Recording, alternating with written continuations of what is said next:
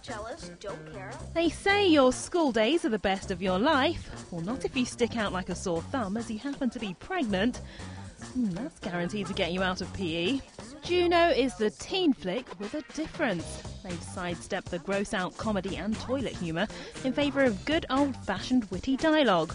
It's probably just a food baby. Did you have a big lunch? No, this is not a food baby, all right? I've taken like 3 pregnancy tests and I am for shiz up the spout. We follow one girl's journey as she tries to decide what to do about her ever-growing bump.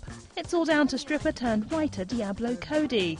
Expect standout performances from Michael Cera of Superbad. Because you're like the coolest person I've ever met, and you don't even have to try, you know? I try really hard, actually.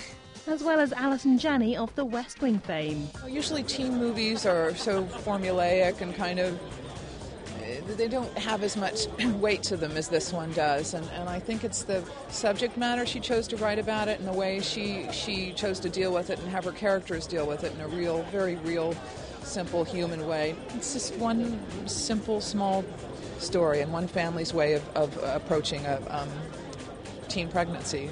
And she does it in such a way that hasn't been seen before. And how could we forget Sex Ed's new poster girl, Ellen Page?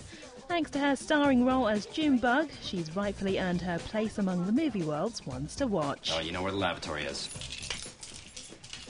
I have many wells flowing at many thousand barrels per day. I can guarantee to start drilling, to put up the cash to back my word. It's been described as Dickens meets Dallas, minus the shoulder pads and sex, of course. There Will Be Blood is a ripping yarn about the search for crude oil and how that fuels greed. Academy Award nominee Daniel Day-Lewis apparently sent his wife and kids round the twist by staying in character as Plainview for the entire time he was shooting. Wow, that's some good going. You boys are a little late. What'd you find? Well, I found some interesting prospects. But it's all paid off as they've already struck gold in their Hollywood hills with a handful of top awards. And if George Clooney won't bet against it at the Oscars, then neither will we.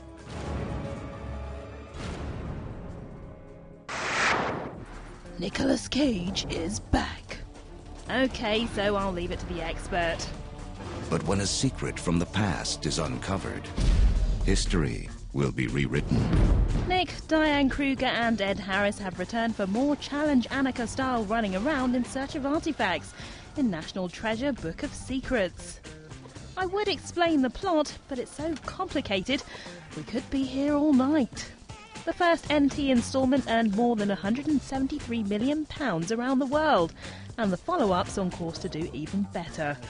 Although what on earth were the makers thinking, bringing it out in the same year as another big-budget adventure movie, Indiana Jones 4? We'll see how that fares later on this summer.